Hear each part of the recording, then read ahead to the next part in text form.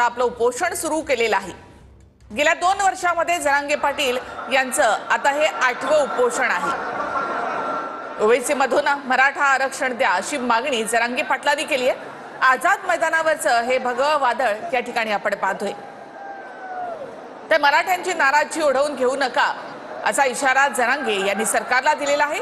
आमच्या सगळ्या मागण्यांची अंमलबजावणी होत नाही तोपर्यंत मागे हटणार नाही असं जरांगे पाटील यांनी म्हटलेलं आहे। सरकारने बेमुदत उपोषण सुरू करू द्यावं असं जरांगे पाटील यांनी म्हटलं। सरकार सहकार्य करतंय त्यामुळे मराठा बांधवांनी देखील आता सहकार्य करावं, मुंबईकरांना त्रास होऊ देऊ नये असं आवाहन देखील त्यांनी मराठा बांधवांना केलेलं आहे।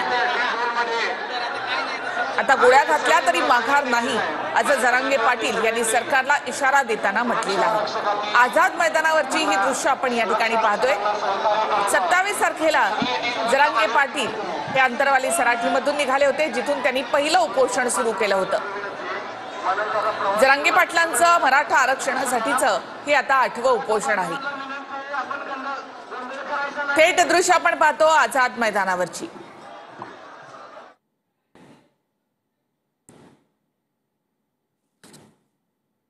जरांगे पाटील हजारो मराठा बांधवांसह आझाद मैदानामध्ये दाखल झाले।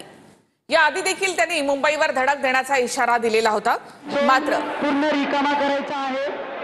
सर्व मराठा बांधवांना विनंती आहे, डी झोन रिकामा करायचा आहे।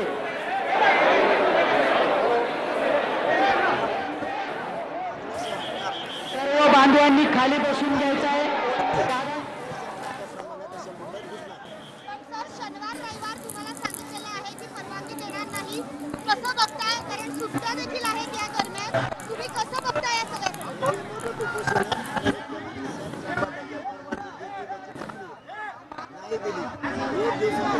त्यांच्या विरोधात महाराष्ट्रात नाराजीची लाट दिली, पुन्हा ती नाराजीची लाट ओढून घेणार।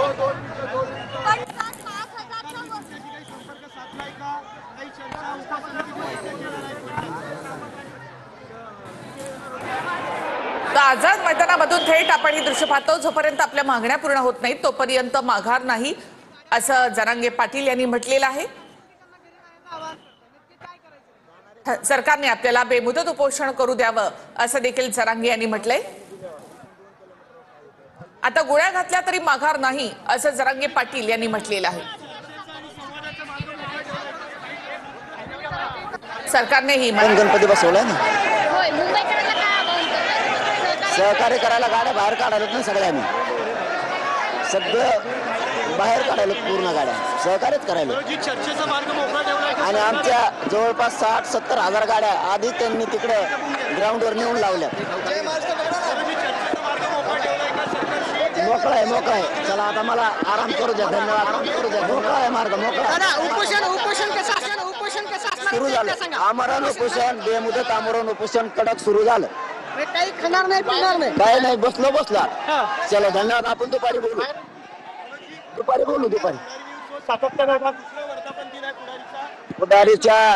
उदारीच्या वर्धापन दिनाच्या निमित्तानं खूप त्यांना शुभेच्छा देतो।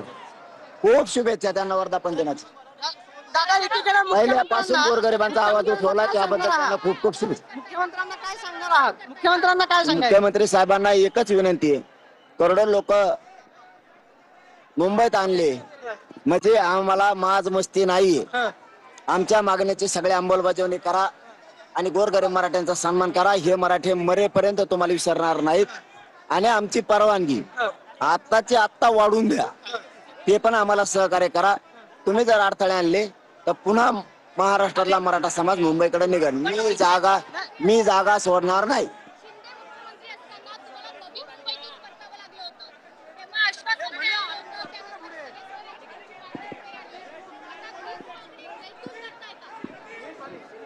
सगळ्या मागण्यांची अंमलबजावणी केल्याशिवाय मी उठणार नाही। चला धन्यवाद, चला मला आराम करू द्या।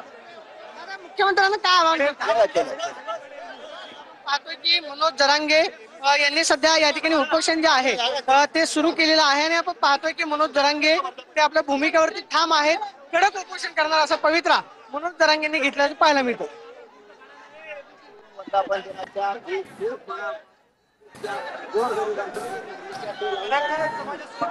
चलो धन्यवाद. चला बस. मनोज जरांगे पाटील यांच्या उपोषणाला सुरुवात झालेली आहे. जोपर्यंत आपल्या सगळ्या मागण्या मान्य होत नाहीत तोपर्यंत इथून उठणार नाही, ही जागा सोडणार नाही असं जरांगे पाटील यांनी म्हटलेलं आहे. आझाद मैदानामधून जरांगे पाटील यांचं उपोषण सुरू झालंय. संध्याकाळी 5 वाजेपर्यंत त्यांना इथे उपोषण करण्यासाठी परवानगी देण्यात आली आहे.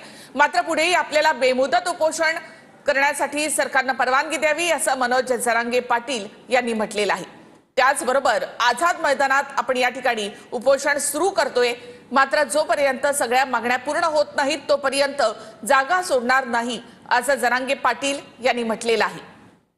संध्याकाळी 5 वाजेपर्यंत आझाद मैदानावर त्यांना उपोषण करण्यासाठी परवानगी, आंदोलन करण्यासाठी परवानगी देण्यात आली आहे.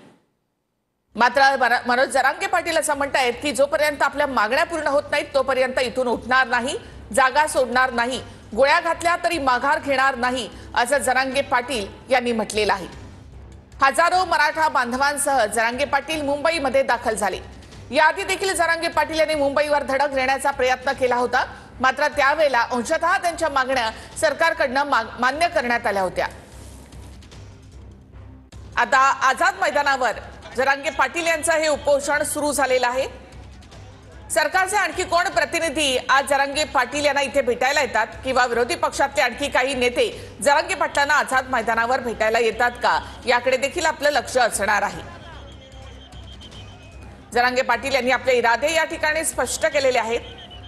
जोपर्यंत मराठ्यांना आरक्षण मिळत नाही, आपल्या पूर्ण मागण्या पूर्ण होत नाहीत तोपर्यंत जागा सोडणार नाही असं जरांगे पाटील यांनी म्हटलेलं आहे. मराठ्यांची नाराजी अंगावर घेऊ नका असं देखील जरांगे पाटील यांनी म्हटलंय. जरांगे पाटलांनी 29 ऑगस्टला पहिलं उपोषण अंतरवाली सराटीमध्ये सुरू केलेलं होतं. त्यानंतर त्यांचं हे 8वं मुंबईतलं उपोषण आहे मराठा आरक्षणासाठीचं.